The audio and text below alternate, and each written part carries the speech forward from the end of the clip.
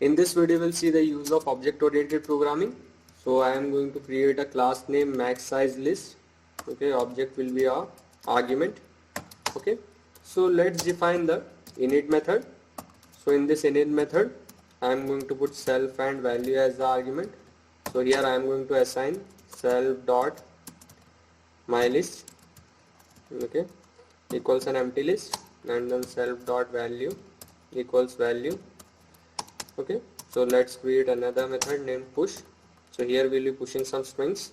Okay, so first argument is self and second is string.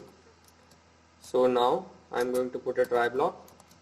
So we'll be converting the string to the string. Okay, so str string, okay, and then self dot my list, and we'll append the string. Okay, string. Now we'll put a except block. Okay, value error. So let's print here, you can only push strings. Okay, and now we'll create a new method named getList. Okay, here self will be the argument. We'll print here self dot my list. Okay, and then self dot value. Now let's create a if statement. Okay, if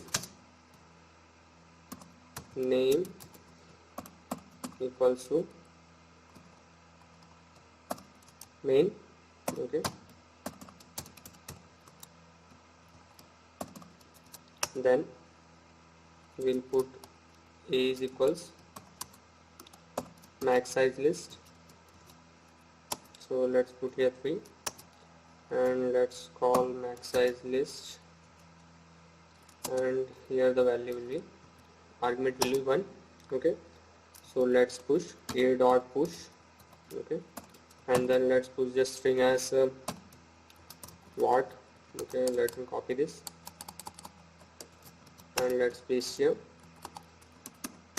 So we think, okay, let's put here we become. Okay, become. Now we'll put here b. We'll just let's copy this and paste. Okay, we'll put here b. Okay, b. Now let's get list. Okay, list, and b dot get list. Okay, so let's run the program. In line number 9 there is an error. We have to put here self. So you can see here in the first one I have given the argument as 3.